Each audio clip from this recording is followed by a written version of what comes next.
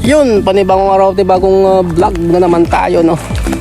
On the way tayo sa bukid, no. I-continue natin yung ginawa natin doon, yung kumuha tayo ng poste, no. Yung may hindi tayo tinapos doon. At pasyalan na rin natin doon yung pugad ng ibon, no. At napalala sa akin, no. At okay na yung itak natin, no. Ito yung bagong itak na pinagawa ko. Yung isa doon ay natanggal yung ganito niya.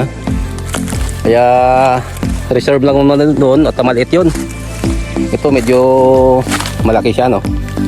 At bagong lahat, no, nabati ko kayo ng mapagpalang araw sa lahat na panagtangkilik ng aking munting YouTube channel. At sa lahat ng sumusuporta, yun lang masabi ko sa inyo, no. Mega love shoutout sa iyo lahat, no. At yun, no, yun tatapusin natin at i-continue natin yung paggawa ng bahayan, no, aking munting aso. Preparasyon yan mga kapartners sa pagdating ng tagulan. Ang dami ng aso natin, kailangan ay mayroon siyang bahay, no. Kaya yun ang gagawin natin ngayon hanggang matapos mga partner, ay gawin ko yun, yung bahayan ng aso. Ano nakasikip sa amin, no? Yun ang nagaraan, oh, yun, no? Yun ang kinuha na natin ng kahoy. Mayroon mga sanga, no? Kasi ang ginagagawin ito mga partner, no? Yung sanga na yun ay gamitin natin din yung pangsahig. Pinakailalim, although may kawayan tayo, pero sahig pa rin yan mga partner, no? Para tumibay siya yung patungan ng ano, no. At na dito pala tayo, no, sa pugad ng ibon na last vlog ay nakita ko sa inyo siya mga partner, oh, yun. At tingnan natin kung may dalawa pa rin mga partner itlog niya, oh. Dalawa pa rin, oh. May kasabihan daw yun, pagka ginalaw mo raw yun, di siya mabalik. Iwan ko lang, no, hindi ko malaman kung anong origin ng ano na yan, ng pugad na yan. Pero yun, yun lang mga partner, no, yung nangyari. At siguro ilang days lang kami na katayo na hindi pumunta rito. Yun na nangyari, no. At dalawa pa rin ang itlog niya. Kaya okay lang, basta ang malaga ay update ko kayo.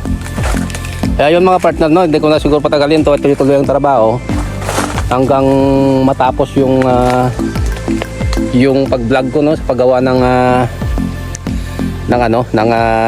munting bahayan ng aso. Yun, no.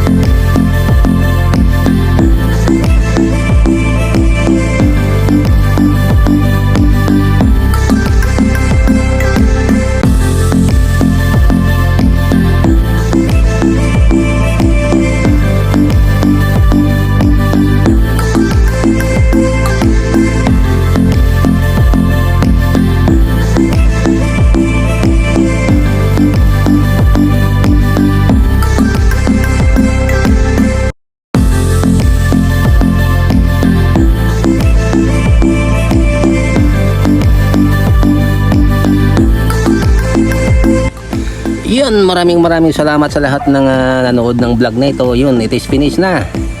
Yun ang bahay ni Cute. Yun ang nakikinig siya, tuwang-tuwa siya. Masyadong bahay na siya. Yun siya, no? Yun. Kaya yan, simpleng bahay lang. Poste ng kahoy. Kawayan na walang ginamitan ng pako. At pwede na siya doon natin matulog. At yun mga partner, malayo naman siya dito sa ayan, nahimik.